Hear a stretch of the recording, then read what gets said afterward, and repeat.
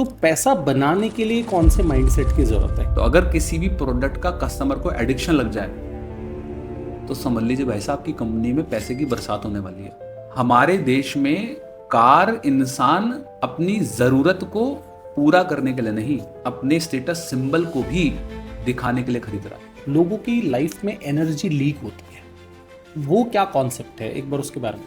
अगर मुझसे कोई पूछे कि इस दुनिया की सबसे एक्सपेंसिव चीज क्या है, तो मैं कहूंगा ना तो वो डायमंड है, ना तो वो प्रॉपर्टी है, ना तो वो ही गोल्ड है, ना तो वो स्टॉक है, ना तो वो ही क्रिप्टो है। इस दुनिया की सबसे एक्सपेंसिव चीज आपकी एनर्जी और अटेंशन। क्या लोग सोशल मीडिया से पैसा कमा रहे हैं? बहुत पैसा कमा रहे हैं। बहुत पैसा कमा रहे हैं, इतना पैसा कमा रहे हैं जो आप सोच भी नहीं सकते, राइट।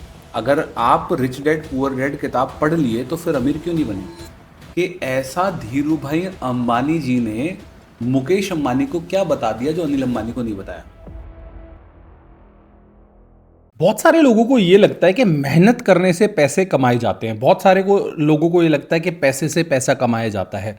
लेकिन पैसा कमाने की सही स्ट्रैटेजी क्या है, माइंडसेट कितना इंपॉर्टेंट रोल प्ले करता है, ये सीखने को मिलता है जब हम इस तरह के पॉडकास्ट करते हैं। जैसे आज मैंने एक पॉडकास्ट किया हिमांशु भाई के साथ, एनएलपी कोच है, आपको माइंडसेट के बारे में सिखाते हैं, रिच माइंडसेट क्या होता है, पुअर माइंडसेट क्या होता है।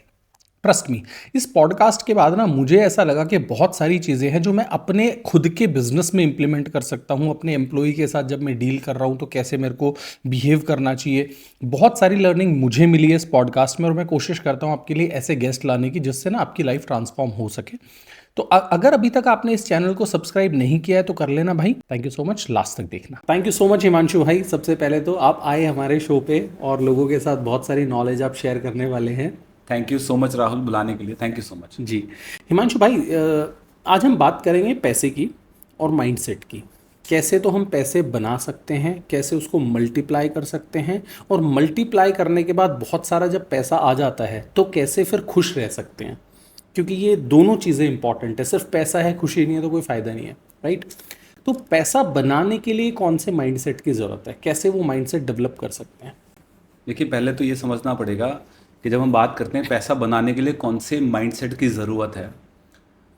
अगर मैं आपसे एक बहुत इंटरेस्टिंग सा सवाल पूछूं तो आपको बड़ा मज़ा आएगा। सवाल ये है कि अगर आज एक गवर्नमेंट ऑफ इंडिया एक लॉ पास कर दे, और लॉ ये होगा कि 140 करोड़ लोगों का जो पैसा है उसको सरकार कहती है कि सबका हम पैसा ले लेंगे। मतलब चाहे वो अंबानीज हैं, टाटाज हैं, या कोई गरीब व्यक्ति है, सबका पैसा गवर्नमेंट ने ले लिया, एक जगह इकट्ठा कर लिया। और अब गवर्नमेंट कहती है कि हम इसको इक्वली सब में बांट देंगे। ठीक है, तो सबको इक्वली मनी डिस्ट्रीब्यूट कर दिया गया। हर व्यक्ति अब जब रेस के अंदर भागना शुरू कर रहा है तो सेम स्टेज से कर रहा है। सवाल मेरा ये है कि अगर ऐसा कर दिया जाए गवर्नमेंट के द्वारा, तो आपका क्या कहना है कि अगर सारे लोग अपनी लाइफ की जर्नी को सेम मनी के लेवल से शुरू करें, तो आपका क्या कहना है कि कुछ सालों बाद ये जो हम रेशियो कहते हैं कि दुनिया दो हिस्सों में डिवाइडेड है, 80/20, मतलब 80 लोग गरीब हैं और 20% लोगों के पास 80% वेल्थ है, मतलब 20% of the people having the 80% of our wealth. तो आपका क्या कहना है, क्या ये रेशियो दोबारा से वैसे ही एज इट इज आ जाएगा या नहीं? मुझे लगता है आ जाएगा कुछ साल में। कुछ साल में आ जाएगा, मतलब वो 80/20 का रेशियो फिर से मेंटेन हो जाएगा। इसका मतलब एक चीज तो प्रूव हो रही है यहाँ पर, और वो क्या प्रूव हो रही है कि it's not only related to strategy और द मनी।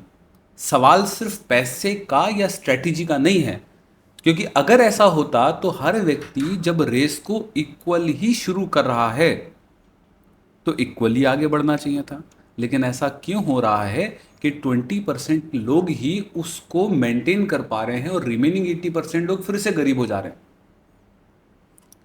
तो ज्यादातर लोगों को यह लगता है कि अगर मैंने स्ट्रेटेजी जान ली तो मैं गेम बदल दूंगा। मैं ये कहता हूं कि ऐसा धीरू भाई अंबानी जी ने मुकेश अंबानी को क्या बता दिया जो अनिल अंबानी को नहीं बताया। दोनों same family, same background, same परवरिश, सेम सब कुछ। ये कहा करते थे कि 7 पुश्ते भी अगर पैसा बैठ के खर्च करें तो खर्च नहीं होगा। लेकिन आज अनिल अंबानी जी की जो सिचुएशन है,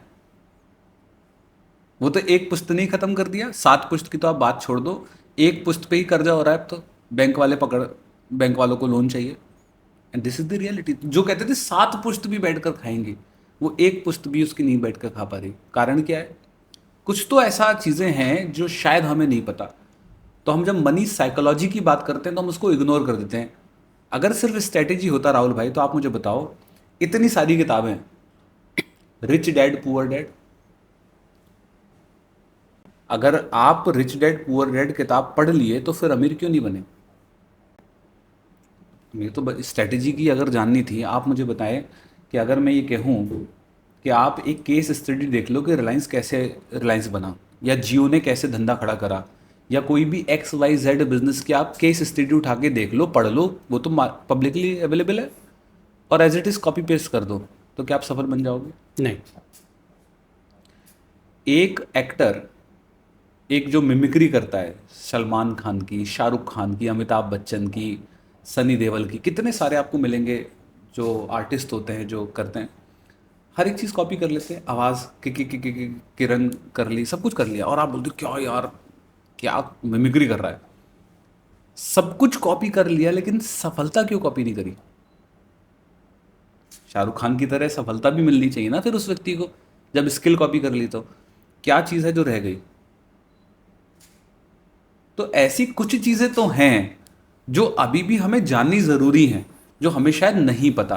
तो जब हम making money, there are 3 step: making money, saving money, या हम बोलेंगे making money, investing money and multiplying money. तो मेकिंग मनी की जब हम बात करते हैं, पैसा बनाने की जब हम बात करते हैं, तो पैसा बनाने के लिए सबसे पहले आपको ये समझना ज़रूरी है कि आपको स्ट्रैटेजी से ज़्यादा ज़रूरी है साइकोलॉजी, मनी साइकोलॉजी पे काम करना, कि मनी साइकोलॉजी काम कैसे करती है। तो जब मेकिंग मनी की बात करते हैं, तो पहले आपको गोल को, अपना जो टारगेट है उसको डिसाइड करना पड़ेगा। अब ज़्यादातर लोग पैसा सिर्फ इसलिए कमाना चाहते हैं क्योंकि उनको लगता है ये हमारा, मनी से हमें खुशी मिल सकती है, पैसे से हमें हैप्पीनेस मिल सकती है, जो हम बात करते हैं। जो व्यक्ति पैसे को सिर्फ इसलिए कमा रहा है क्योंकि उसको लगता है कि पैसे से मुझे हर चीज मिल सकती है, वो कभी भी जीवन के अंदर हैप्पी नहीं रहेगा, क्योंकि उसने पैसे को सोर्स ऑफ हैप्पीनेस बना लिया। Money is not the end value, money is the mean value. Mean value मतलब जिसके माध्यम से आप कहीं पहुंच रहे हैं। जैसे कि कोई व्यक्ति कार खरीदने जाता है, लेट्स टेक एन एग्जांपल, कोई व्यक्ति थार खरीदने जा रहा है, तो वो थार क्यों खरीद रहा है? क्योंकि उसको कार की ज़रूरत है, उसको फैमिली को बैठाना है, या रोड ट्रिप पे जाना है, या उसको ऑफ ड्राइविंग करनी है, इसलिए वो कार खरीद रहा है थार। थार तो यशी के लिए भी खरीदते हैं। या थार वो इसलिए कर रहा है, रौला होना चाहिए, टशन होना चाहिए, भौकाल होना चाहिए। भौकाल होना चाहिए, अगर हम यूपी की लैंग्वेज में बात करें तो, राइट। तो अब अगर हम देखेंगे तो car is the mean value, and the end value is not the car, the end value is the raula, the end value is the bhaukaal, the end value is the tashan, the end value is the name and fame, the significance. लोग देखेंगे, पलट कर मुड़ेंगे। तो अब अगर जिस व्यक्ति ने कार को भोकाल के लिए खरीदा है, और उसको खरीदने के बाद कोई भोकाल उसका ना बने, लेट्स टेक एन एग्जांपल, मैं एक सूट खरीद के लाया, और मेरा जो खरीदने का पर्पस था कि मैं स्मार्ट दिखूं, हैंडसम दिखूं, लोग मेरे को नोटिस करें, लोग मेरी ज़रा तारीफ करें, और किसी ने तारीफ नहीं करी, तो क्या होगा? I'll be disappointed। डिसअपॉइंटेड, आप निराश हो जाओगे। हाँ। तो कई बार आपने देखा होगा, पैसा होने के बाद भी, सफल होने के बाद भी इंसान खुश नहीं है, क्योंकि उसने खुशी की जो डेफिनेशन है, खुशी का जो पैरामीटर है, वो मेटेरियलिस्टिक चीजों में ढूंढना शुरू कर दिया। तो जब आप मीन वैल्यू को एंड वैल्यू बनाकर जीवन को जियोगे, आप कभी खुश नहीं रह सकते, क्योंकि आपका सोर्स ऑफ हैप्पीनेस हमेशा बाहर है। कोई बाहर की चीज है जो आपकी हैप्पीनेस को कंट्रोल कर रही है। अगर मैं आपको बोलूं, राहुल यार you are looking very handsome, आपको कैसा लगेगा? अच्छा लगेगा। खुश होगे, स्माइल आएगी, थोड़ा सा लाइक शर्माओगे भी, अरे हाँ। अरे नहीं नहीं नहीं, ऐसा ऐसा होता ही है। हाँ। अगर बोलूँ यार Rahul you are not looking smart, you are looking very ugly, थोड़ा सा डिसअपॉइंटमेंट। हाँ। हाँ। ये कौन होता है मुझे बताने वाला, ठीक है, मैं तो हूँ स्मार्ट। थोड़ा सा मतलब नॉट रिलेटेड टू यू, हर किसी के लिए ऐसा होगा। मैं ये कहता हूँ, मेरा ये मानना है, मैं ये कहता हूँ कि जब कोई आपको बोले यू आर लुकिंग स्मार्ट, तब भी आपका चेहरे का भाव सेम है। और जब कोई बोले यू आर लुकिंग अगली, तब भी आपका चेहरे का भाव सेम है। ना स्मार्ट कहने पर आपको खुशी मिल रही है, ना किसी के अगली कहने पर आपको डिसअपॉइंटमेंट मिल रहा है। क्यों? क्योंकि उसकी स्मार्टनेस की जो डेफिनेशन है, उस पैरामीटर पर अगर आप खरे उतरते हो तो उसकी डिक्शनरी में आप स्मार्ट हो। Let's take an example. हर व्यक्ति को, हर लड़की को हर लड़का अच्छा नहीं लगता, हर लड़के को हर लड़की अच्छी नहीं लगती। जिस लड़की को शायद आप पसंद ना करें, हो सकता है आपसे भी हैंडसम लड़का उस लड़की को पसंद कर ले।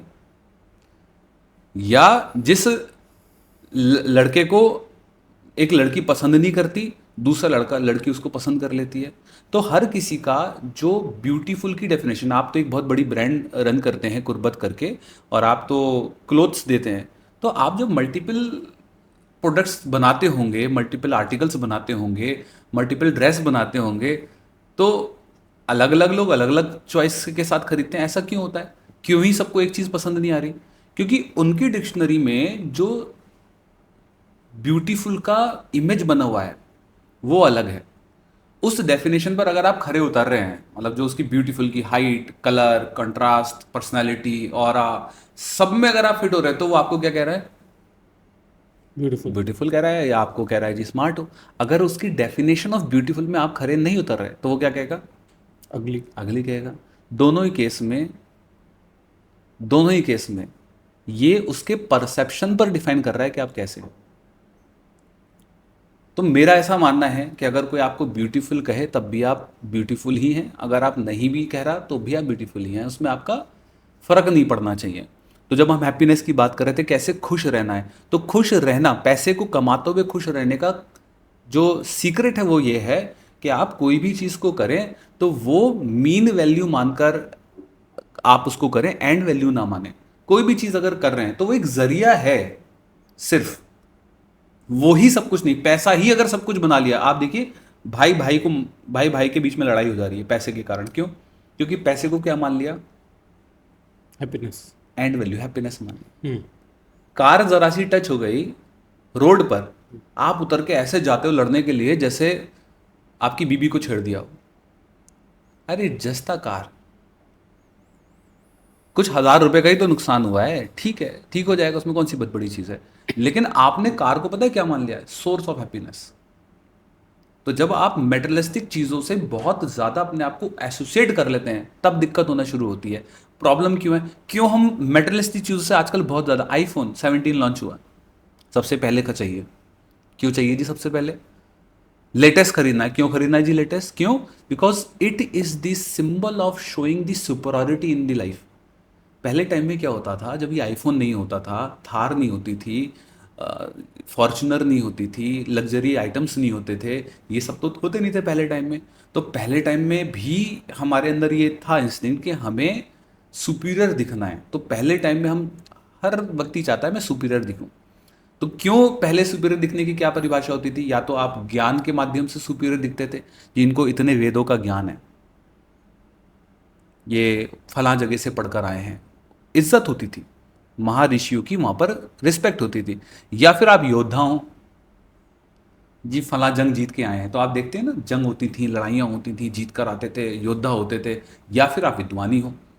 पहले लग्जरी आइटम तो होते नहीं थे चीज़ें दिखाने के लिए, लेकिन अब न विद्वान के माध्यम से आप सुपरियरिटी शो कर पा रहे हैं, ना आप योद्धा, लड़ाई करके तो तलवार वगैरह दिखाएंगे नहीं। तो क्या वे है सुपरियरिटी दिखाने का? अब वे बचा है अपने आप को सुपीरियर दिखाने का मेटेरियलिस्टिक चीज़ें। जिसके पास जितनी बड़ी गाड़ी, वो उतना सुपीरियर। और सुपीरियरिटी की जो नीड है वो डे वन से, चाइल्डहुड से ही हमारे अंदर डाली जाती है। बेटा तुम्हें क्लास में फर्स्ट आना है, तुम्हें टॉप करना है, तुम्हें ये बनना है, तुम सुपीरियर हो, तभी लोग तुमसे पूछेंगे, तुम्हारी बात करेंगे। तो chasing the superiority, we start chasing the materialistic thing. And क्योंकि हम चाहते हैं कि आईफोन 17 हमें दिखाए, ताकि हम ये दिखाएं कि हम कुछ हैं। तो हम सुपरियॉरिटी को चेस कर रहे हैं, हम मेटेरियलिस्टिक चीज़ों को चेस कर रहे हैं, इसलिए हैप्पीनेस हमसे दूर है। मैं ये नहीं कह रहा नहीं खरीदना चाहिए आईफोन 17 या महंगी ब्रांडेड चीज़ नहीं लेनी चाहिए, मैं भी लेता हूँ, मैं भी खरीदता हूँ, लेकिन उसको सोर्स ऑफ हैप्पीनेस नहीं मानना चाहिए। मतलब इसलिए नहीं लेना चाहिए कि लोग मुझे देखकर मेरे को अप्रिशिएट करें, इसलिए लीजिए क्योंकि मैं डिजर्व करता हूँ, मेरे एक अच्छी प्रोडक्ट को यूज़ करना मैं डिजर्व करता हूँ। That may be the reason of your product. क्योंकि एक प्रॉब्लम है, जब आप सुपरियॉरिटी को चेस करने लग जाते हैं तो एक दिक्कत हो जाती है। हमारा ब्रेन ना राहुल भाई चीज़ों को ना अडॉप्ट करने की क्षमता रखता है। आप किसी नई जगह जाएंगे तो आपका ब्रेन अलग तरीके से काम करेगा, किसी फैमिलियर प्लेस पे जाएंगे तो आपका दिमाग अलग तरीके से काम करेगा। जब आपके घर में पहली कार आई थी, कितना एक्साइटमेंट था, पहली साइकिल का कितना एक्साइटमेंट था, या नया कोई सामान आता है कितने एक्साइटेड होते हैं, रोज़ साफ करते हैं, उसको रखते हैं, संभाल कर रखते हैं, कोई छू ना ले उसको करते हैं। लेकिन जब वही चीज़ पुरानी हो जाती है तो एक्साइटमेंट खत्म हो जाता है।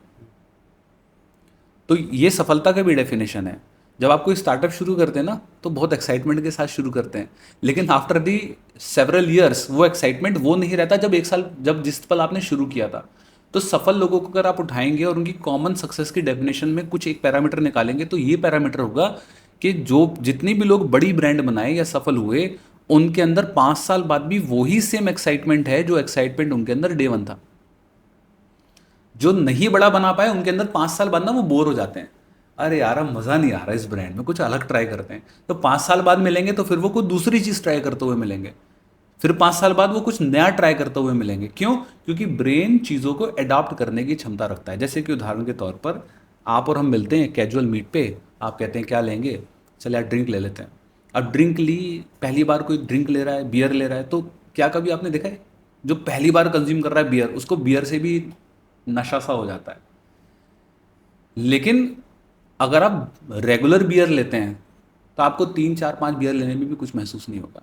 अगर आप अल्कोहल कंज्यूम कर रहे हैं तो आप एक पैक लगाएंगे, अरे यार नहीं बस बहुत हो गया, मतलब हो गया मेरे को ना। लेकिन लेटर ऑन जब रेगुलर आप कंज्यूम करेंगे तो एक अल्कोहल से कुछ नहीं होगा आपको, आप 2 पैक 3 पैक 4 पैक। क्यों? Same with the medicine. पहले आप छोटी डोज लेते थे, बुखार ठीक हो जाता था, अब डोज बढ़ती चली जा रही है, क्योंकि ब्रेन चीज़ों को अडॉप्ट करने की क्षमता रखता है।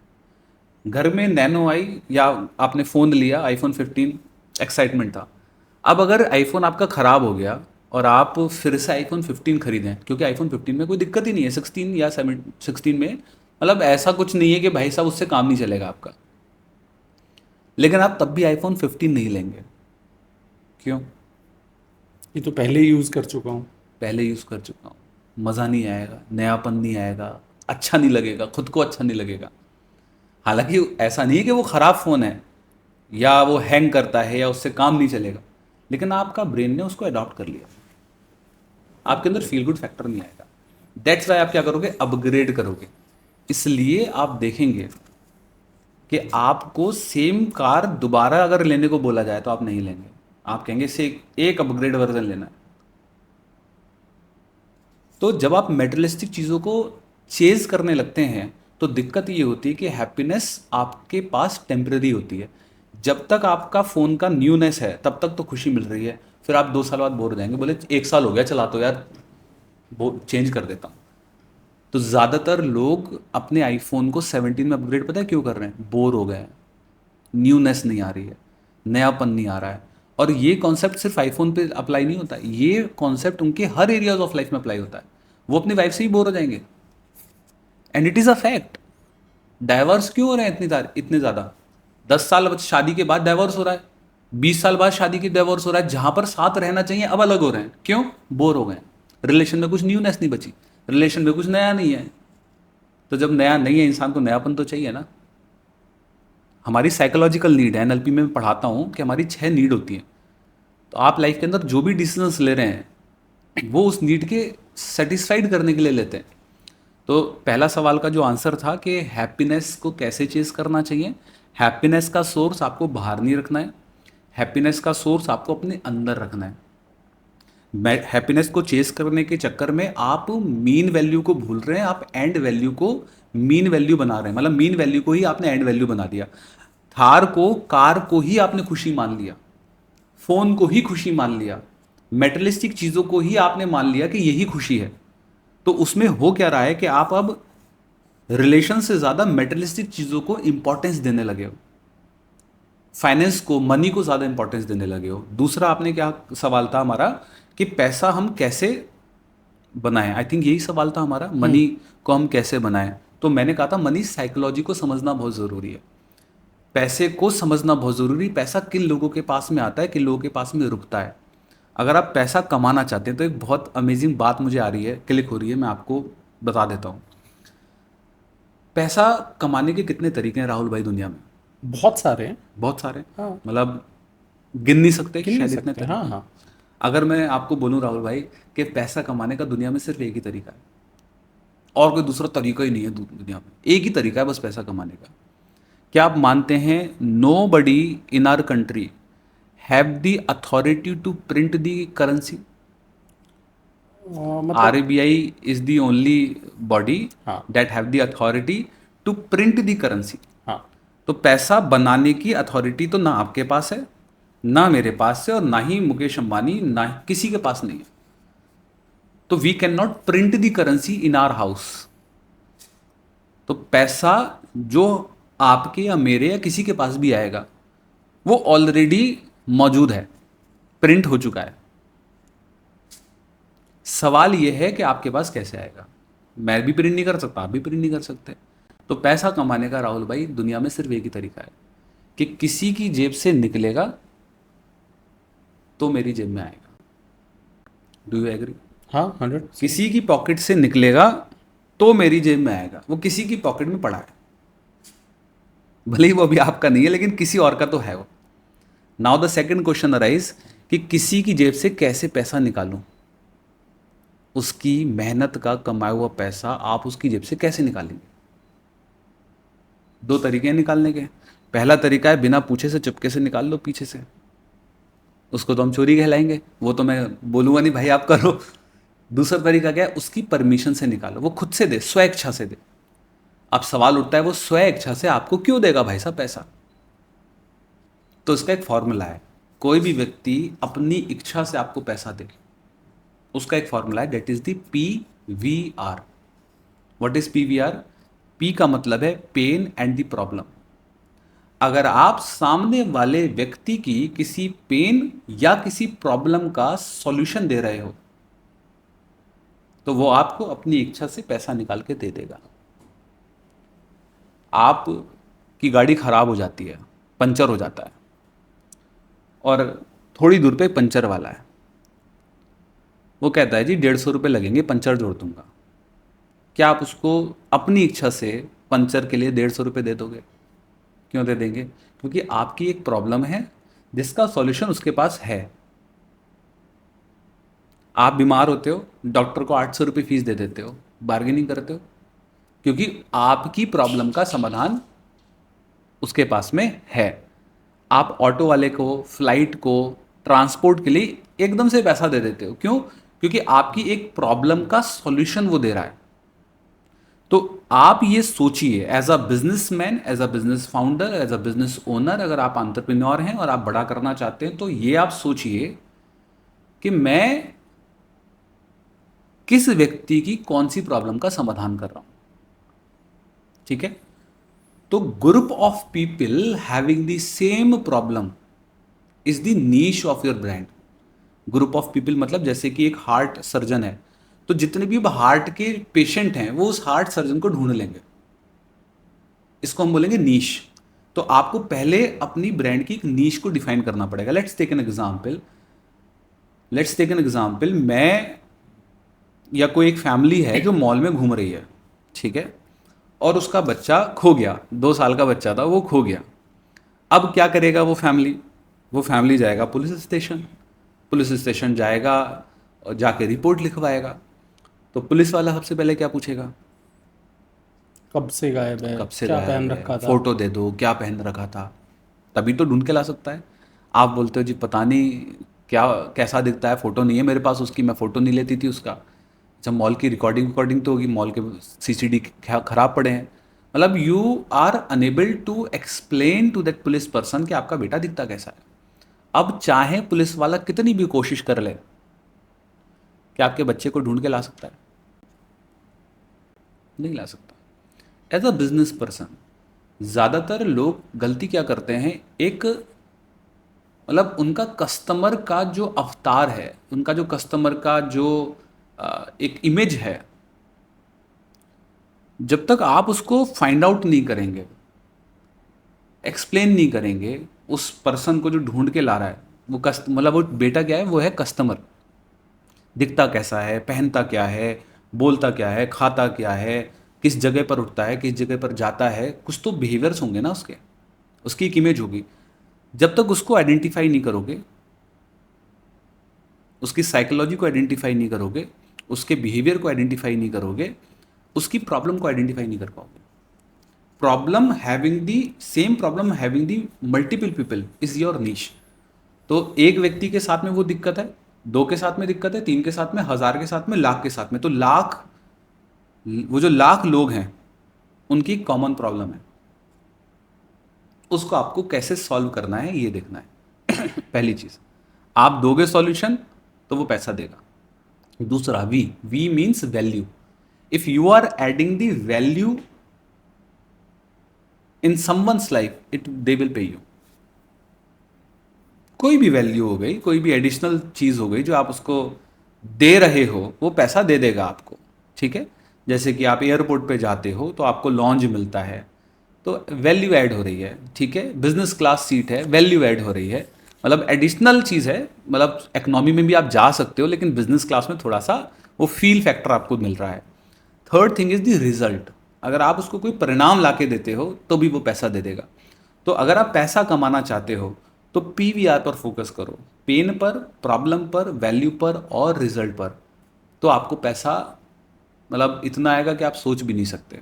लेकिन आप बोलोगे नहीं मैं पैसा कैसे कमा सकता हूँ, तो अब ये सबसे बढ़िया तरीका है पैसा कमाने का, पैसा अर्न करने का, पैसा बनाने का। राइट। तो पैसा जब मेकिंग मनी की बात कर रहे हैं तो मनी साइकोलॉजी को समझना है, पीवीआर को फॉलो करना है, पेन और प्रॉब्लम को फॉलो करना है, और जितने कम समय में आप जितने ज़्यादा लोगों तक पहुंचने की क्षमता रखते हैं उतना बड़ी कामयाबी को हासिल कर सकते हैं। मतलब जितने कम समय में, पहले की ब्रांड्स अगर हम देखेंगे ना राहुल भाई, तो उनको डिकेड लग जाता था ब्रांड बनने में, 10 साल, 20 साल, 50 साल, तब जाके कोई कंपनी ब्रांड बनती थी, लोगों तक पहुंचती थी। आज ब्रांड 5 साल के अंदर खड़ी हो जाती है। मिनिमलिस्ट से बढ़िया तो कोई एग्जाम्पल ही नहीं है, 3 साल के अंदर उन्होंने क्या से क्या कर दिया। तो हाउ नाउ डेज, वो समय जो पहले 20 साल का होता था 3 साल में रिड्यूस हो गया। उसका एक ही आंसर है कि पहले ब्रांड को लोगों तक पहुंचने का मीडियम सिर्फ ऑफलाइन हुआ करता था, तो समय लगता था लोगों तक पहुंचने में, चैनल्स बनाने में। आज ऑनलाइन वेज हैं जिसके माध्यम से आप कम समय में 10 करोड़ लोगों तक पहुंच सकते हो, बार बार पहुंच सकते हो, रिपीटेड वे में पहुंच सकते हो। तो ब्रांड आपकी वहीं से बनना शुरू होती है। तो सीक्रेट क्या है सफलता का? सीक्रेट है सफलता का लेस पीरियड ऑफ टाइम में कम लोगों तक पहुंचने की काबिलियत आपके अंदर होनी चाहिए। पेन या प्रॉब्लम को सॉल्व करना चाहिए, वैल्यू और रिजल्ट आपको ऐड करना चाहिए। और वैसे तो और बहुत एनएलपी में, न्यूरो लिंग्विस्टिक प्रोग्रामिंग में बहुत साइकोलॉजिकल हैक्स हैं जो आप अपनी कंपनी में अप्लाई कर सकते हो। मतलब किसी भी प्रोडक्ट का एडिक्शन लगाने की काबिलियत है।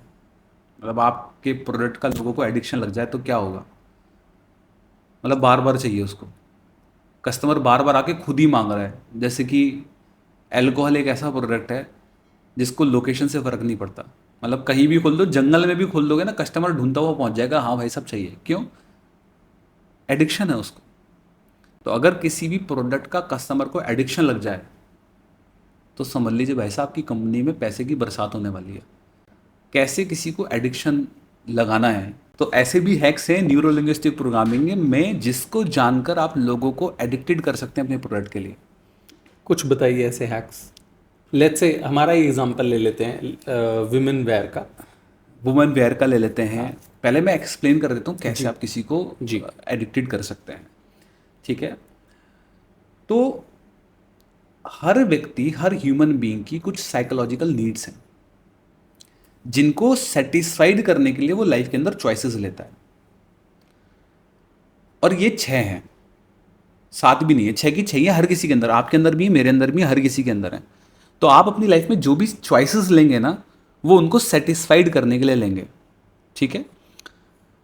ये 6 नीड क्या है, मतलब हालांकि ये लंबा टॉपिक है, लेकिन मैं बहुत शॉर्टली आपको एक्सप्लेन करता हूँ। पहली नीड है need of significance. Need of significance का मतलब है कि आपको नेम और फेम चाहिए। तो कुछ लोग आपको ऐसे ज़रूर मिलेंगे जिनको नेम और फेम और रिकग्नाइजेशन चाहिए होती है। मतलब आप उनको प्रमोशन दो मत दो, मेडल ज़रूर दे दो। कहेंगे सर मज़ा आ गया सर, आपने मेरे को ना अप्रिशिएट कर दिया। प्रमोशन मत दो, सैलरी में हाइक मत दो, चलेगा। वो कहेगा जी मेरे को मान सम्मान दे दो। दूसरी नीड है नीड ऑफ कंट्रीब्यूशन। कंट्रीब्यूशन का मतलब क्या है कि जब तक उसको ये फीलिंग नहीं है ना मैं कुछ कंट्रीब्यूट कर रहा हूँ, लोगों की मदद कर रहा हूँ, तब तक वो उस चीज़ को करेगा नहीं। तो कुछ लोग आपको ज़रूर ऐसे दिखते होंगे जो ना बड़े काइंड हार्टेड होते हैं, लोगों की हेल्पफुल नेचर के होते हैं, मदद करने के लिए तैयार होते हैं, एनजीओज जाते हैं, ये सब चीज़ें करते हैं, क्योंकि उनके अंदर वो साइकोलॉजिकल नीड डोमिनेटिंग है। ये 6 की 6 हम सबके अंदर हैं, लेकिन कोई एक या दो ना डोमिनेटिंग है, जिनको पूरा करने के लिए आप लाइफ में चॉइसेस लेते हो। और कई बार जब वो पूरी नहीं होती ना, तो आपको एक अनफुलफिलमेंट सी फीलिंग सी होती है, यार मैं कुछ ना इनकम्प्लीट महसूस कर रहा हूँ अपनी लाइफ के अंदर। तो पहली हो गई सिग्निफिकेंस, दूसरी हो गई कंट्रीब्यूशन, तीसरी हो गई तीसरी हो गई आपकी ग्रोथ। कि एक इंसान को ना ग्रोथ चाहिए, मतलब तरक्की चाहिए, उसको नेक्स्ट लेवल पर पहुंचना है। तो अगर वो नेक्स्ट लेवल पर नहीं पहुंचेगा तो उसको सेटिस्फेक्शन नहीं मिलेगा, उसको संतुष्टि नहीं मिलेगी। चौथी हो गई अनसर्टेनिटी। अनसर्टेनिटी मतलब अनिश्चितता।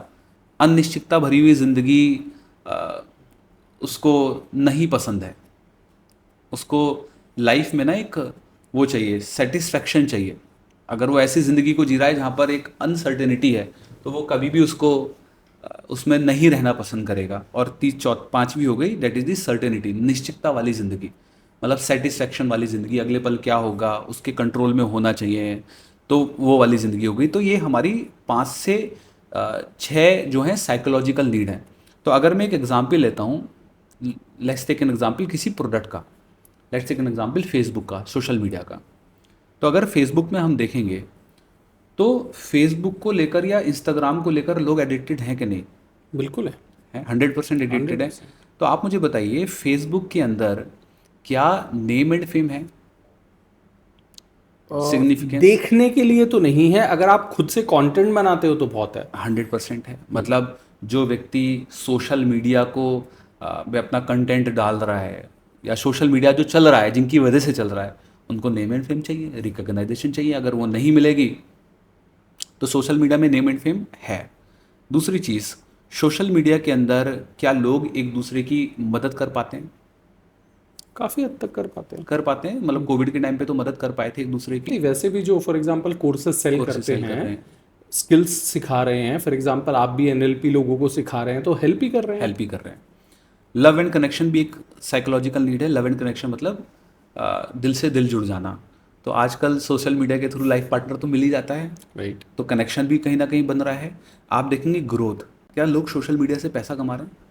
बहुत पैसा कमा रहे हैं। बहुत पैसा कमा रहे हैं, इतना पैसा कमा रहे हैं जो आप सोच भी नहीं सकते, राइट? तो अगर हम देखेंगे कि हमारे सोशल मीडिया के अंदर ये 5 से 6 जो साइकोलॉजिकल नीड हैं ये फुलफिल्ड हो रही हैं। तो अगर आपका कोई भी प्रोडक्ट है और उसके अंदर ये 6 नीड फुलफिल्ड होती हैं, जिसमें नेम एंड फेम हो, जिसके अंदर ग्रोथ हो, जिसके अंदर लव एंड कनेक्शन हो, जिसके अंदर कंट्रीब्यूशन का भाव हो, तो लोग आपके प्रोडक्ट को लेकर एडिक्टेड हो जाएंगे। कोई भी 3 या 4 भी अगर फुलफिल्ड हो रही हैं तो लोग उसके एडिक्टेड होने के चांसेस काफ़ी हद तक हैं। कोई भी प्रोडक्ट उठा लीजिए आप, एल्कोहल उठा लो, एल्कोहल के अंदर भी आपको ये 3 4 चीज़ें मिलेंगी, 5 चीज़ें मिलेंगी, राइट? तो अगर आप चाहते हैं कि आपके प्रोडक्ट का लोगों को एडिक्शन लगे, तो लोगों की साइकोलॉजिकल नीड को समझिए कि लोगों को वो चीज़ पसंद आती है जिसको खरीदने के बाद उनका नेम एंड फेम बढ़े, मतलब रुतबा बढ़े, या वो कंट्रीब्यूशन का भाव आए, कंट्रीब्यूशन की फीलिंग आए। तो एज अ बिजनेस ओनर आपको सिर्फ प्रोडक्ट पर, ठीक है प्रोडक्ट पर आपने फोकस किया, लेकिन प्रोडक्ट को बनाने के पीछे ना कुछ ह्यूमन साइकोलॉजी को समझे। चलो मैं उदाहरण लेता हूँ।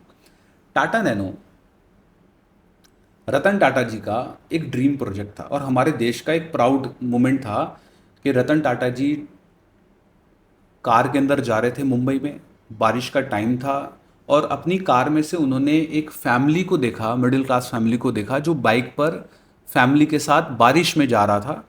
आगे उनका बच्चा बैठा था, बीच में बच्चा बैठा था, पीछे वाइफ बैठी थी। रतन टाटा जी ने उस फैमिली को देखकर अपने आप से ये सवाल किया, रियल एग्जाम्पल जो रतन टाटा जी ने शेयर किया, कि मैंने अपने आप से सवाल किया, how unsafe this transport mode is for this family. ये जो ट्रांसपोर्ट मोड से इस बारिश में भीगते हुए फैमिली जा रही है, उसके लिए कितना अनसेफ ट्रांसपोर्ट ऑफ मोड है ये। उस दिन उस पल रतन टाटा जी ने एक ड्रीम लिया। क्या ड्रीम लिया? कि मैं उन सब middle class, lower middle class के लिए बाइक के पैसे में गाड़ी बनाऊंगा, कि जो जितने की बाइक आती है उतने में कार आ जाएगी उसकी, ताकि वो अपनी फैमिली के साथ सेफली बारिश में ट्रैवल कर सके। और उस ड्रीम प्रोजेक्ट को रतन टाटा जी ने हकीकत में भी कन्वर्ट करके दिखाया। टाटा नैनो हमारे देश की सबसे सस्ती गाड़ी थी, बाइक की कीमत पे 1 लाख रुपए में, 1.5 लाख रुपए में कार आ रही थी। लेकिन what is the harsh reality Rahul भाई? The harsh reality is it failed. It the question is why such a beautiful problem solving product failed. इतना सुंदर प्रॉब्लम, कितनी मास की प्रॉब्लम को सॉल्व कर रहा था, बट वो फेल्ड हो गया। प्राइड नहीं आ रहा था लोगों को। Psychological need. क्योंकि हमारे देश में कार इंसान अपनी ज़रूरत को पूरा करने के लिए नहीं, अपने स्टेटस सिंबल को भी दिखाने के लिए खरीद रहा है। तो आज अगर आप देखेंगे, इंडिया से जो हैचबैक कार होती हैं, छोटी कार होती हैं, पहले वैगनार चला करती थी, ऑल्टो चला करती थी, अब आपको ऑल्टो और वैगनार नहीं दिखेंगे। रीज़न बिहाइंड दैट, क्योंकि वो जो स्टेटस सिंबल है, सुपरॉरिटी है, मटेरियलिस्टिक चीज़ें हैं, लोगों को वो चाहिए। तो आप देखेंगे कि वो जो छोटी हैचबैक कार थी वो बड़ी होती चली गई। निसान आप देखो बड़ी है, ग्रैंड विटारा थोड़ी सी बड़ी है, आपको छोटी गाड़ी दिखना बंद हो जाएंगी मार्केट से। रीज़न, क्योंकि कोई भी इंसान छोटा दिखना नहीं चाहता। वो चाहता है कि मैं 10 लाख 12 लाख रुपए डालूं, भले ही मैं लोन लेके डालूं, लेकिन जब मेरी गाड़ी बगल में खड़ी हो ना, तो मेरा स्टेटस सिंबल उससे रिजेंबल होना चाहिए। टाटा नैनो वहाँ फेल हो गई। टाटा नैनो में जो ब्रांडिंग की, वो करी देश की सबसे सस्ती गाड़ी। आप बताइए, गाड़ी खरीदने के बाद कोई गरीब दिखना चाहता है? आफ्टर बाइंग दी कार वो गरीब दिख रहा है। Nobody wants to look poor। तो जब आप कोई अपनी ब्रांड बना रहे हैं, ह्यूमन साइकोलॉजी को समझे बिना आप ब्रांड नहीं बना सकते। आपको ह्यूमन की साइकोलॉजी को समझना पड़ेगा, उनके नेचर को समझना पड़ेगा, उनके बिहेवियर को समझना पड़ेगा। इन सब चीज़ों को जब आप समझेंगे, मैं आपको ऐसे हैक दे सकता हूँ, आप बोलेंगे यार ये तो मुझे पता ही नहीं थे, मतलब कमाल हो गया। एज अ बिजनेस फाउंडर, मैं जब भी कोई प्रोडक्ट डिज़ाइन करता हूँ, अगर मेरा प्रोडक्ट करोड़ों लोगों को टच करने वाला है, तो मुझे करोड़ों लोगों को ध्यान में रखकर वो प्रोडक्ट बनाना है, कि 1 करोड़ लोगों तक मेरा प्रोडक्ट जाएगा। मैं जब भी कोई प्रोडक्ट बनाता हूं, मैं उन 1 करोड़ लोगों को ध्यान में नहीं रखता, मैं 10 लाख 20 लाख लोगों को ध्यान में, मैं सिर्फ 4 लोगों को ध्यान में रखता हूं। अगर आप अपने प्रोडक्ट में इन 4 लोगों का ध्यान रखेंगे, क्योंकि दुनिया में सिर्फ 4 ही तरीके के लोग हैं मेरे अकॉर्डिंग, एनएलपी के अकॉर्डिंग, और आपके प्रोडक्ट में अगर ये 4 लोगों को आपने कंसिडरेशन में रख लिया और उसके अराउंड में प्रोडक्ट डिजाइन किया, फिर देखो आपके रिव्यूज देखना आप, सबको पसंद आएगा। आपने कभी, आप तो ब्रांड चलाते हैं, आपको तो पता होगा, इतना शानदार प्रोडक्ट होने के बाद भी कुछ लोगों के रिव्यूज ऐसे आ जाते हैं, हमें पसंद नहीं आया, कमी निकालते हैं, रिटर्न आते होंगे, आरटीओ आता होगा। हाँ। आपकी ब्रांड में तो बहुत आरटीओ आता होगा। क्यों आता है आरटीओ? कस्टमर के घर पे खरीदने से पहले नहीं दिख रहा उसको क्या क्या मंगवाना है, तब भी वो आरटीओ कर रहा है, तब भी वो रिटर्न कर रहा है। तो आप जब प्रोडक्ट को डिज़ाइन कर रहे हैं, एज अ ह्यूमन बीइंग, हमारा ब्रेन एनवायरनमेंट से डेटा 4 तरीकों से ले रहा है। फर्स्ट इज द विजुअल, आंखों से, सेकंड इज द ऑडियो, कानों से, थर्ड इज द फीलिंग, हमारे सेंसेस, छू के, टच करके, and the fourth is the sound. ठीक है, वैसे 5 सेंसेस होते हैं, टेस्ट को मैं कंसिडरेशन में नहीं ले रहा, क्योंकि ब्रांड में टेस्ट का, अगर खाने की ब्रांड है तो टेस्ट आएगा, अगर खाने की ब्रांड नहीं है तो आप टेस्ट को हटा सकते हैं। तो अगर आप प्रोडक्ट को डिज़ाइन कर रहे हैं, तो ये 4 चीज़ों को कंसिडरेशन में लेकर आइए। पहला विजुअल, आपके प्रोडक्ट का विजुअल दी बेस्ट होना चाहिए, आपके प्रोडक्ट का ऑडियो दी बेस्ट होना चाहिए, आपके प्रोडक्ट का जो फीलिंग है, इमोशंस हैं, वो दी बेस्ट होने चाहिए। एंड दी जो आपके प्रोडक्ट का लॉजिकल एंगल है, लॉजिकल मतलब प्राइस वैल्यू, ये वाला जो एंगल है, ये भी दी बेस्ट होना चाहिए। और अगर आप ऐसा डिज़ाइन कर लेते हैं, मेक माई वर्ड, आपके प्रोडक्ट के जो रिव्यूज़ होंगे वो आपकी सोच से कहीं गुना बेहतर होंगे। मतलब रिव्यूज़ आज की तारीख में मैटर करते हैं। मतलब अगर आपका प्रोडक्ट अमेजोन पर है तो reviews matters a lot for your brand. मतलब आपके प्रोडक्ट में से 9 में से 10 में से 9 से 8 लोगों को आपका प्रोडक्ट पसंद आएगा, अगर आपने इन 4 चीज़ों का ध्यान रखा है। तो मैं जब भी कोई प्रोडक्ट को डिज़ाइन करता हूँ, पहला मेरा पैरामीटर है विजुअल। अब हर व्यक्ति के अंदर कोई एक डोमिनेटिंग पर्सनालिटी है। हो सकता है आपका विजुअल स्ट्रांग हो सकता है आपका ऑडियो स्ट्रांग हो सकता है आपका लॉजिक माइंड स्ट्रांग हो सकता है आपका फीलिंग माइंड स्ट्रांग हो। तो आप जब कोई भी चीज़ को खरीदेंगे ना, जैसे कि आप अपनी बुक को खरीदेंगे या कोई प्रोडक्ट को खरीदेंगे, तो आप उस प्रोडक्ट को उस एंगल से देखेंगे कि इसमें विजुअल कैसा है, इसके अंदर फीलिंग कैसी है, इसके अंदर लॉजिक के तरीके से आप देखें। तो कुछ लोग बहुत लॉजिकल शॉपिंग करते हैं, कुछ लोग बहुत इमोशनल शॉपिंग करते हैं, कुछ लोग बहुत देखते ही बस खरीद लेंगे, उनको मतलब नहीं है सोफे के अंदर लकड़ी कौन सी है, सोफे के अंदर क्वालिटी कैसी है, कहते हैं बाहर से अच्छा दिख रहा है, बढ़िया है।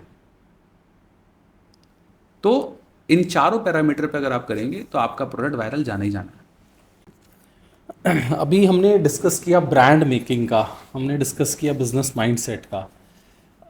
एनर्जी की बात करते हैं, क्योंकि एनएलपी की बात कर रहे हैं, मोटिवेशन की बात कर रहे हैं, एनर्जी तो बहुत इंपॉर्टेंट है। लोगों की लाइफ में एनर्जी लीक होती है, वो क्या कॉन्सेप्ट है, एक बार उसके बारे में। बहुत ही खूबसूरत सवाल है राहुल भाई आपका। यूनिवर्स ने हम सबको दो चीज़ें इक्वली दी हैं, one is the energy and second is the time. सब मतलब सबके लिए इक्वल है वो। Every morning you wake up with some amount of energy, और जब आप रात को जाते हैं तो वो एनर्जी ड्रेन हो जाती है, और फिर सुबह उठते हो तो एक अमाउंट ऑफ एनर्जी के साथ उठते हो। टाइम भी आपके पास, सबके पास इक्वली मिलता है। अब लिमिटेड अमाउंट ऑफ एनर्जी के साथ आपने लाइफ की डे की शुरुआत करी, ठीक है। आपको डिसाइड करना है कि where to invest my energy. आपकी लाइफ, आपकी जो रियलिटीज़ हैं वो आपकी एनर्जी के अराउंड में ही क्रिएट होती है। बहुत ही खूबसूरत सवाल है, इसको मैं बहुत डीपली एक्सप्लेन करूंगा आज, ठीक है। आप इसको इस तरीके से समझिए, इसको इस तरीके से समझिए, आप इस दुनिया में हर एक चीज़ जो मौजूद है वो ऊर्जा से बनी है। आप एक ऊर्जा से बने हैं, मैं ऊर्जा से बना हूँ, ये बोतल ऊर्जा से बनी है।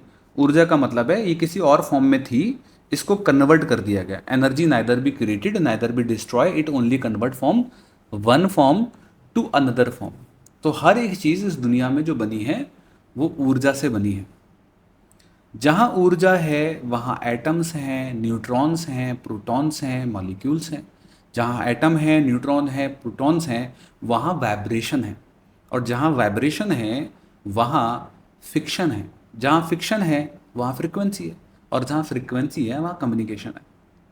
It means everything in this universe is operating at their own frequencies. हर चीज़ की एक फ्रिक्वेंसी है, लोगों की फ्रिक्वेंसी है, ऑब्जेक्ट की फ्रिक्वेंसी है, चीज़ों की फ्रिक्वेंसी है। तो आप की जो बॉडी है, that body is having 60 trillions cells. आपकी बॉडी में लगभग 60 ट्रिलियन सेल्स हैं। सेल्स का काम क्या है? सेल्स का काम है एनर्जी प्रोड्यूस करना। सेल्स के अंदर माइट्रोकॉन्ड्रिया है, one mitochondria is producing 1.4 volt of energy. जो मतलब आप मूव कर रहे हैं बॉडी को, ये एनर्जी कन्वर्ट हो रही है, आपके सेल्स कन्वर्ट करते हैं। तो around 160 tera joules of energy आपकी बॉडी प्रोड्यूस करती है। You are power house of energy, ठीक है। आप सोचिए, कैमरा अभी चल रहा है, या आपके फ़ोन का कैमरा, वीडियो रिकॉर्डिंग करके डाल दीजिए 2 घंटे के लिए, बैटरी खत्म हो जाएगी। आप सुबह से रात तक आइज से HD क्वालिटी डाटा ले रहे हैं। Your eyes is taking 10 million bit per second data from the environment with HD quality. मतलब कैन यू इमेजिन कितनी अमाउंट ऑफ एनर्जी लग रही होगी इस डाटा को प्रोसेस करने में। मतलब आपके मोबाइल का फ़ोन HD क्वालिटी की पूरे दिन तो छोड़ो, 2 घंटे में बैटरी डाउन हो जाती है उसकी। तो कितनी अमाउंट ऑफ एनर्जी आपकी बॉडी प्रोड्यूस कर रही है। ये इतनी एनर्जी है जितना न्यूक्लियर हमला जब होगा, न्यूक्लियर बॉम्ब जब गिरेगा, उससे भी 4 गुना ज़्यादा एनर्जी आपका बॉडी प्रोड्यूस करता है। लेकिन आपको पता नहीं है कि एनर्जी कहाँ चैनलाइज करनी है। आपकी लाइफ की रियलिटीज आपकी एनर्जी के अराउंड में ही क्रिएट होती है। Everything in this universe is made up of energy. ठीक है। तो आप जब इंस्टाग्राम चलाते होंगे, इंस्टाग्राम चलाते हैं, सोशल मीडिया चलाते हैं, कि आप कभी आपने ऑब्जर्व किया है, कभी आपने ये ध्यान दिया है कि अगर कोई रील आपके सामने आती है और आप उस पर क्लिक कर देते हैं, तो सोशल मीडिया, इंस्टाग्राम की एल्गोरिथम कुछ इस तरीके से डिज़ाइन है कि उसके सिमिलर रील्स आपको दिखना शुरू हो जाती हैं। अगर मैं कहूँ राहुल जी, बहुत सिंपल तरीके से समझाऊं, कि यूनिवर्स की लाइफ की एल्गोरिथम भी ऐसे ही काम करती है। मतलब where you give the attention, universe similar events को आपकी ज़िंदगी में देना शुरू कर देगा, same as it is the Instagram algorithm. जिस दिशा में आप ऊर्जा लगाओगे, जिस दिशा में आप एनर्जी लगाओगे, जिस दिशा में आप अपनी अटेंशन लगाओगे, उसके अराउंड में यूनिवर्स चीज़ें घटित करना शुरू कर देगा। This is the deepest secret of the universe, जो मैं आपको आज रिवील कर रहा हूँ। तो अगर आप अपनी रियलिटीज़ को बदलना चाहते हो, बिजनेस में, हेल्थ में, मनी में, रिलेशन में, तो प्लीज़ आपकी सबसे कीमती चीज़, अगर मुझसे कोई पूछे कि इस दुनिया की सबसे एक्सपेंसिव चीज़ क्या है, तो मैं कहूँगा ना तो वो डायमंड है, ना तो वो प्रॉपर्टी है, ना तो वो ही गोल्ड है, ना तो वो ही स्टॉक है, ना तो वो ही क्रिप्टो है। इस दुनिया की सबसे एक्सपेंसिव चीज़ आपकी एनर्जी और अटेंशन। आप बताओ राहुल भाई, पूरी दुनिया अटेंशन पाने के लिए ही तो मेहनत कर रही है। मतलब एक ब्रांड करोड़ों रुपए खर्च कर रहा है मार्केटिंग में। वाई? कितने क्रिएटिव माइंड मार्केटिंग के एड्स डिज़ाइन कर रहे हैं, रील्स बन रही हैं, सोशल मीडिया पे कंटेंट बन रहा है, पॉडकास्ट बन रहा है।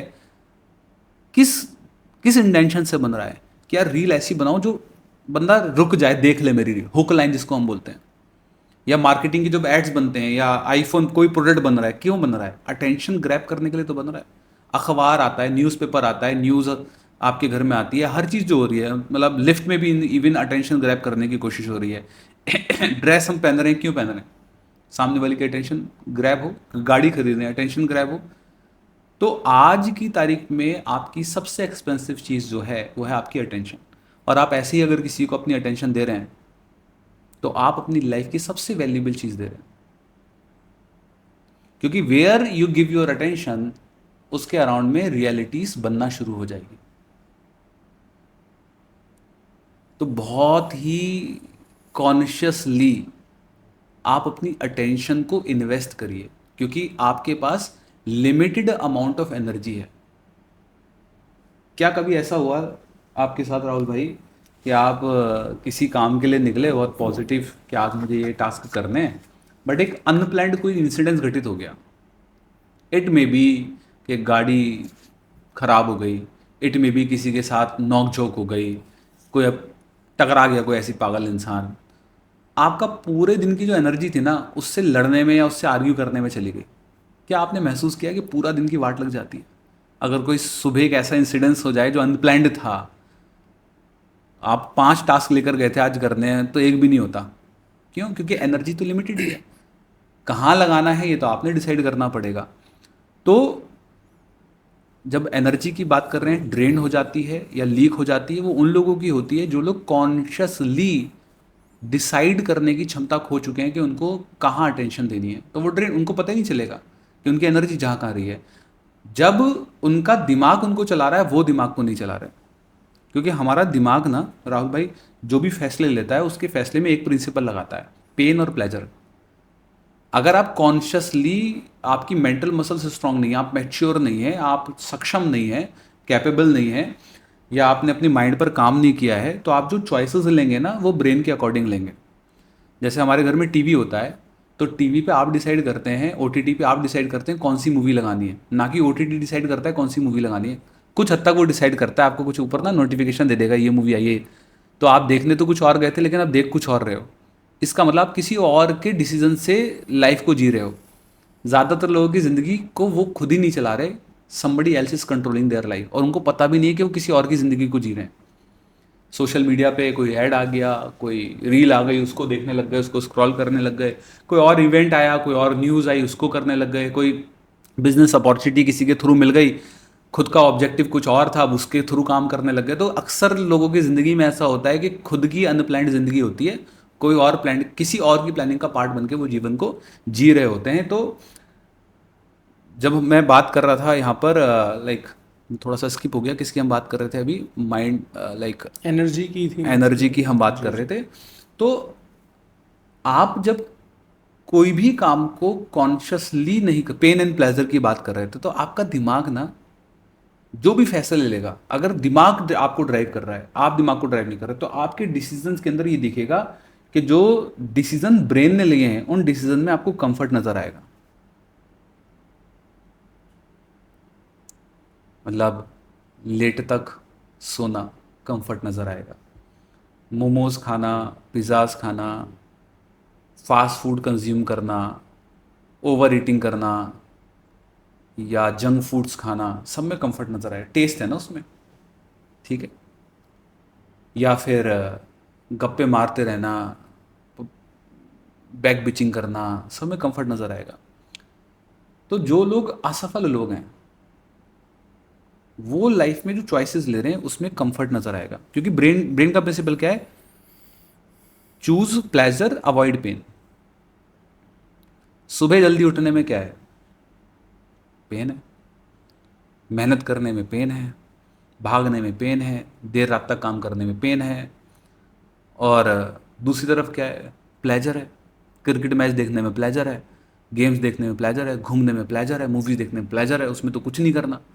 लेकिन जो सफल लोग होंगे उनको अगर आप देखोगे, तो वो अपनी लाइफ के जो चॉइसेस लेते हैं, एनर्जी इन्वेस्ट करते हैं, वो उन जगह पर करते हैं जहाँ पर फर्स्ट लेवल ऑफ कॉन्शियसनेस में भले ही पेन है, लेकिन सेकंड लेवल ऑफ कॉन्शियसनेस में उनको पता है कि आगे चल के मुझे प्लेजर मिलेगा। तो it is very very important कि आप अपनी एनर्जी को ड्रेन होने से तभी रोक सकते हैं जब आप फर्स्ट लेवल ऑफ कॉन्शियसनेस के पेन को समझ पाएं और उसको चूज कर पाएं। First level of conscious, gym जाने में पेन है, बॉडी तो बाद में बनेगी ना, पहले तो दर्द ही होना है लेग्स में। तो वो जब जब आपको स्टार्टअप करते हैं, तो भाई स्टार्टअप के अंदर तो आपको रोड की गलियों में भी घूमना पड़ेगा। When I started my brand, या मैंने जब अपना शुरू किया, तो गलियों के अंदर भी जाना है। ई रिक्शा, तो कल शायद मैं गया हुआ था, एक नया प्रोडक्ट हम लोग लॉन्च कर रहे हैं, तो उसके लिए हम लोग लाइक बेस्ट रेट निकालने के लिए वो तो आप ही को जाना पड़ेगा। तो एक दिन निकाल के हम गए कि अलग अलग जगह से अलग अलग रेट पता करने के लिए गए। तो हम आपस में बात कर रहे थे, मैं मेरे ब्रदर, कि यार कल तो हम 5 स्टार के अंदर बैठकर डिनर कर रहे थे, और कल मर्सिडीज एस क्लास में बैठे थे, आज ई रिक्शा में बैठे हैं। This is the life of entrepreneur, कि एक पल तो वो 7 स्टार 5 स्टार में बैठा है, अगले पल वो ई रिक्शा के अंदर बैठ के घूम रहा है गलियों में बेस्ट रेट लेने के लिए। वो पेन वाला एंगल है, अवॉइड किया जा सकता है। एक स्टाफ को भेज दो, जाएगा बेस्ट रेट लेकर आ जाएगा, ठीक है, वो पेन उसको मिल गया। लेकिन सही क्या है, सही तो ये है कि जो रोल आपका है वो रोल आप जाके करें उसको। तो एनर्जी लोगों की ड्रेन होती है, और जब आप ब्रेन को समझते हैं थोड़ा सा और एनर्जी पे, हमारा ब्रेन ना राहुल भाई जब भी किसी काम को कॉन्शियसली करेगा तो उसमें बहुत ऊर्जा लगती है। जैसे कि अभी आप पॉडकास्ट कर रहे हो, आपकी ताकत लग रही होगी, अगला सवाल क्या पूछना है। आपने पहली बार कार चलाई, ब्रेक क्या है, क्लच क्या है, एक्सीलेटर क्या है, बड़ा ध्यान से आपने सुना होगा यार, एक्सीलेटर ना दब जाए ब्रेक की जगह। या जब आप पहली बार अपनी ब्रांड को जब शुरू कर रहे होगे, कुर्बत को, ऑफिस कहाँ लेना है, कैसे शुरू करना है, नाम क्या सोचना है, ब्रांड का नेम क्या होगा, लोगो क्या होगा, ऑफिस की लोकेशन क्या होगी, माल कहाँ से आएगा, कैसे करेंगे, बहुत मतलब स्टार्टिंग के 2-3 साल तो लाइक बहुत आपकी एनर्जी और अटेंशन उसमें लगा होगा, क्योंकि आप कॉन्शियसली कर रहे हैं। तो जब भी आप किसी भी काम को पहली बार करते हैं, पहली बार खाना खाते हैं, पहली बार गर्लफ्रेंड से मिलते हैं, पहली बार किसी डेस्टिनेशन पर जाते हैं, फर्स्ट टाइम किसी भी काम को ब्रेन करेगा, it take lots of energy. मैंने बताया कि हमारे पास लिमिटेड एनर्जी है, तो ब्रेन क्या करता है, ब्रेन एक हैक करता है। ब्रेन ये कहता है कि हर बार एक नए काम को करने में मुझे एनर्जी की ज़रूरत पड़ती है। It took 80% of the energy of your brain. जब आप किसी भी नए काम को करते हैं, आप रात को ड्राइव करिए, आपको थकान हो जाएगी। आप पैसेंजर सीट पे बैठेंगे, आपको थकान नहीं होगी।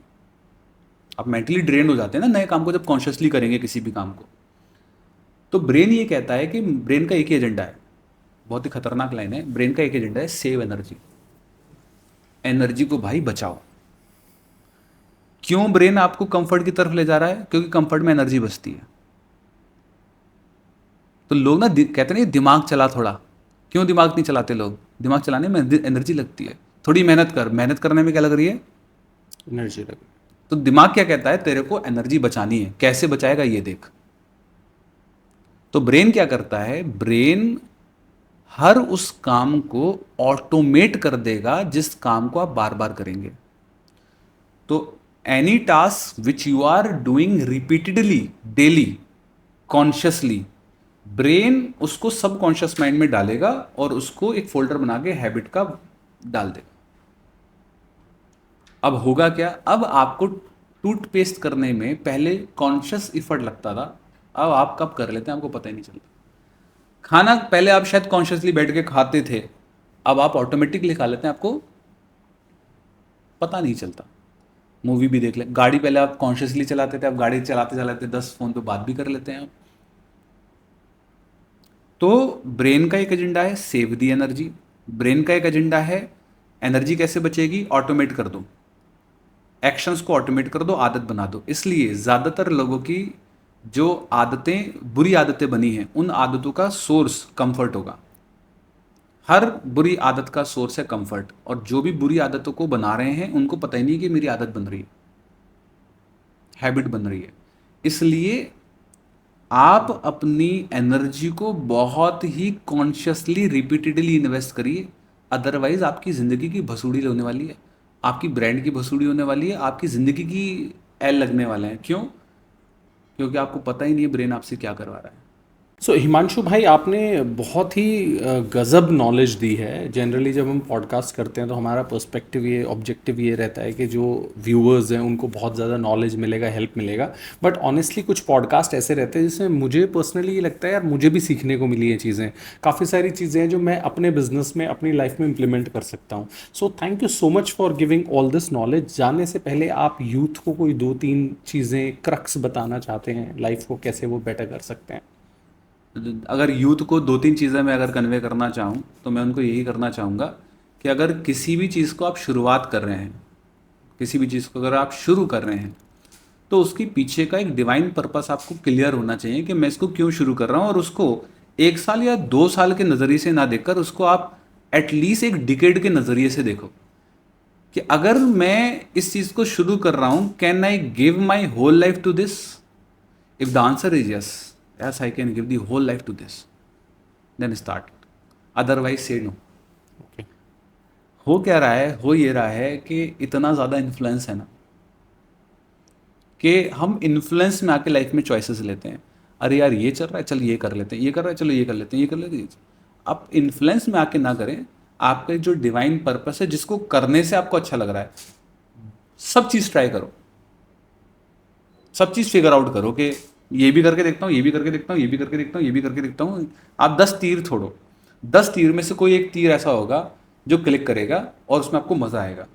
उस क्लिक को आप एक्सीलरेट करो, उस तीर को आप दबाओ, और एटलीस्ट 1 डिकेड या 2 डिकेड के लिए आप चीज़ों को ज़रूर लेके आगे चलो।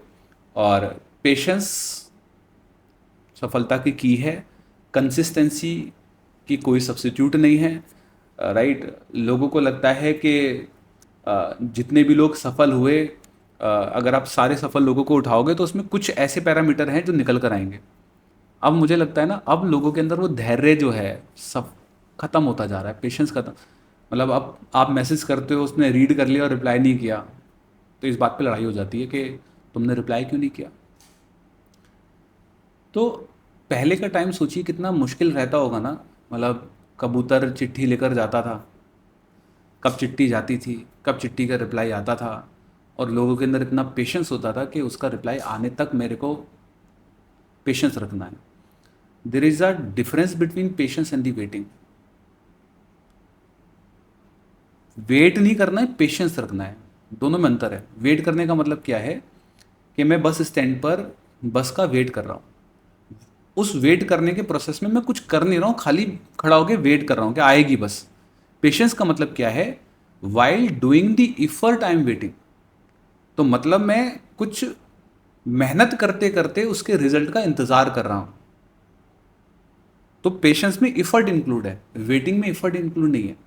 तो ज़्यादातर लोग वेटिंग को पेशेंस समझते हैं कि नहीं आएगा आएगा, घर बैठ के मैं लिखता रहूँ लॉ ऑफ अट्रैक्शन एफर्मेशंस तो हो जाएगा। ऐसा नहीं होगा भाई, भागना पड़ेगा, मेहनत करनी पड़ेगी, दौड़ना पड़ेगा। आपकी दिक्कत क्या है राहुल भाई, आज की तारीख में ना, जो वो सोच रहा है, जो वो मान रहा है, जो वो बोल रहा है, और जो वो कर रहा है, और जो मिल रहा है, सब कुछ अलग है। साला सोच कुछ और रहा है, आपको बोल के कुछ और जा रहा है, कर कुछ और रहा है, और हो कुछ और रहा है।